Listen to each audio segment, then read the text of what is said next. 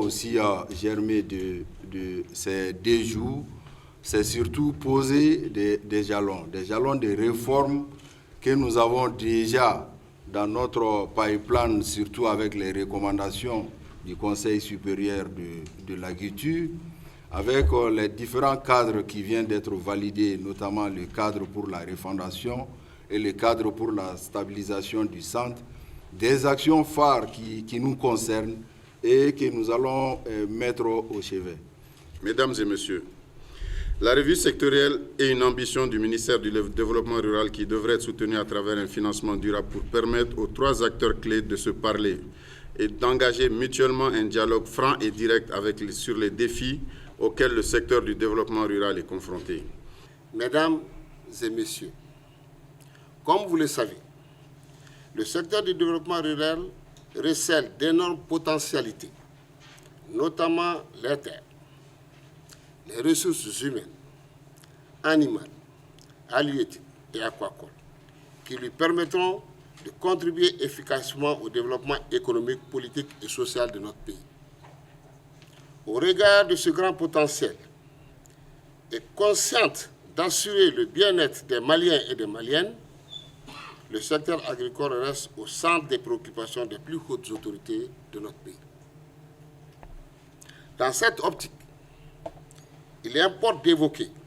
que d'importants efforts ont été déployés pour doter le secteur d'outils novateurs destinés à renforcer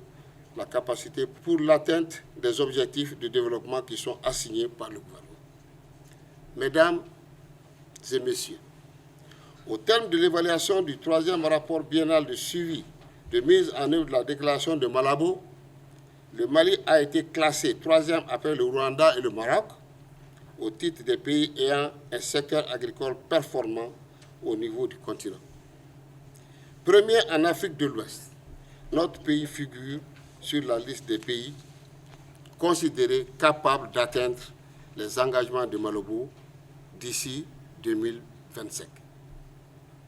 La contribution du secteur agricole à l'économie nationale et à la stabilité sociale du pays est d'importance capitale. Cela se traduit par la création d'emplois et d'activités génératrices de revenus. La sécurité alimentaire et nutritionnelle, l'amélioration du cadre de vie des populations et la lutte contre la pauvreté. En dépit des efforts louables déployés au cours des 5 dernières années, force est de reconnaître que les progrès réalisés pourront davantage être améliorés pour répondre aux ambitions légitimes des autorités de notre pays. En effet, le président de la République, le chef de l'État, le colonel Assimi Goïta, et le premier ministre chef du gouvernement, Dr Choguel Kokala Maïga, ne ménagent aucun effort pour que le secteur agricole puisse jouer le rôle qui lui revient dans l'atteinte de la sécurité alimentaire et nutritionnelle pour parvenir à la souveraineté alimentaire indispensable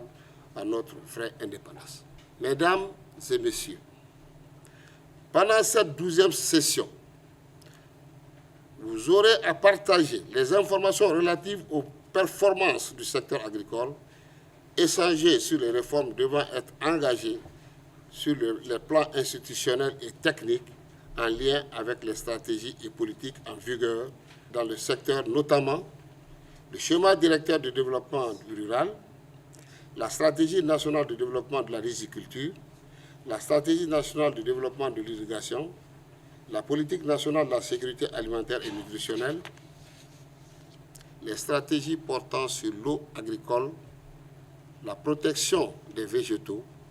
la politique de protection et de surveillance des végétaux et des animaux, etc. Je reste persuadé que les acteurs que vous êtes formuleraient des propositions pertinentes susceptibles d'amoindrir les contraintes constatées. La synergie de tous les intervenants, couplée à la volonté politique, feront de notre pays un grand producteur agricole capable d'assurer sa souveraineté alimentaire et dégager des excédents pour l'exportation. En ce début d'hivernage, que Dieu gratifie notre pays de pluies abondantes et douces pour le succès de la campagne agricole. C'est sur cette note d'espoir que je déclare ouvert les travaux de la 12e revue sectorielle conjointe État, profession agricole, partenaires techniques et financiers. Que Dieu bénisse le Mali. Je vous remercie pour votre aimable.